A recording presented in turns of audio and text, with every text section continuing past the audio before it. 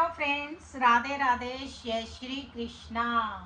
बात करेंगे जुलाई के महीने में कैसा रहेगा सिंह राशि वालों का समय। काल पुरुष की कुंडली की पांचवी राशि सिंह राशि है। इसको सूर्य रूल करते हैं, जुलाई को मून रूल करते हैं। और आप जानते ही हैं सूर्य और चंद्रमा को हम राजा रानी ही कहते हैं।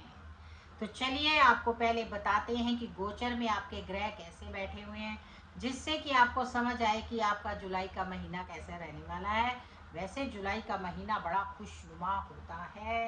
रेनी सीजन शुरू हो जाता है, चारों तरफ मौसम की फुहारें होती हैं।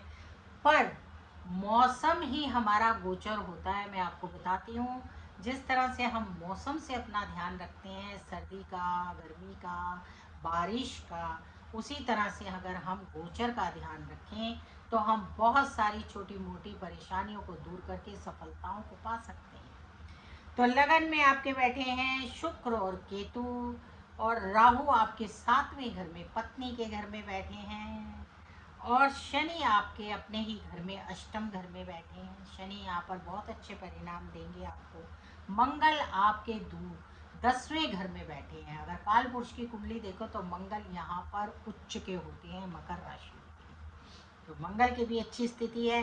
सूर्य आपके लाभ के घर में 11वें घर में बैठे हैं, पर 15 दिन बाद सूर्य राशि परिवर्तन करके आपके 12वें घर में चले जाएंगे। और यहाँ पर 12वें घर में आपके गुरु और बुध बैठे हुए हैं। गुरु देवगुरु बृहस्पति 12वें घर में बैठे हैं। देवगुरु बृहस्पति का 12वां घर अपना माना जाता है, क्योंकि यहाँ मीन राशि होती है। बुध यहाँ पर नीच के माने जाते हैं, पर जल्दी ही वक्री होकर वो वापस मिथुन राशि में चले जाए। अगर देखें तो यहाँ पर आपको किस बात का ध्यान रखना चाहिए, वो बात ये है कि किसी से भी कोई बात मैं कर दूंगा, ऐसा कहने से पहले 10 बार सोचिए। हम कई बार कहीं किसी महफिल में बैठे होते हैं, या घर में बैठे होते हैं, या मेहमानों के बीच बैठे होते हैं, और हम इस बात को कह देते हैं कि मैं आपका ये काम कर दूंगा, लेकिन हम उस काम को कर नहीं पाते क्योंकि हमारी क्षमता नहीं होती, हम उस काबिल नहीं होते, और तैश में आकर कोई भी डिसीजन नहीं लेना चाहिए। ऐसा अगर आप गर्भ गीता पढ़ें तो उसमें एक बात खास तौर पर भगवान कृष्ण ने अर्जुन से कही है कि अगर आप किसी को कह देते हो मैं ये कार्य कर दूंगा और नहीं करते हो तो ये बहुत बड़ा पाप है। इसलिए किसी भी बात का प्रॉमिस करके उसको तोड़ने से अच्छा है कि सोच समझकर विचार कर उस प्रॉमिस को किया जाए। यहाँ पर यही ध्यान रखना है आपने कि अपनी क्षमता के अनुसार किसी से वादा करें। अपने काम के प्रति समर्पित रहिए, फोकस्ड रहिए। जो भी काम आप करते हैं, जॉब में है, बिजनेस में है, व्यापार में है, उसको बहुत अच्छे तरीके से पूरी लगन और मेहनत से करेंगे तो आपको बहुत लाभ मिलेंगे।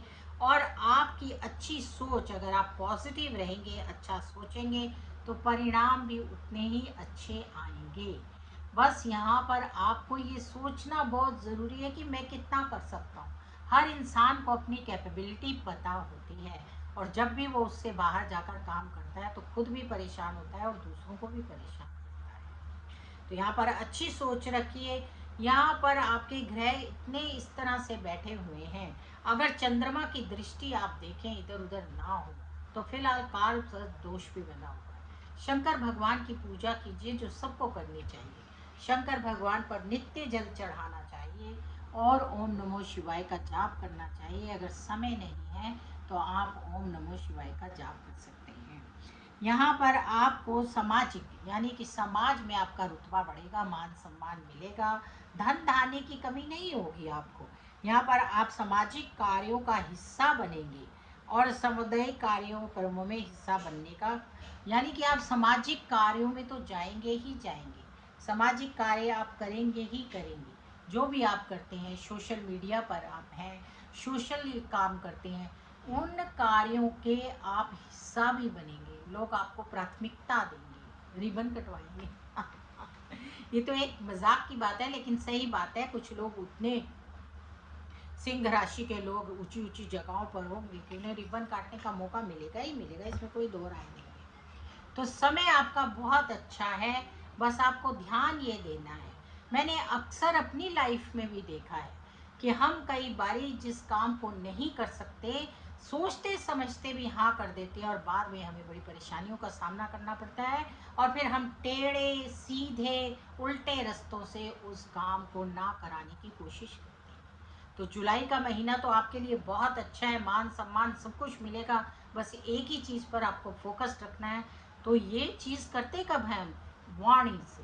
तो यानी यहाँ पर हमें किसकी करनी चाहिए पूजा?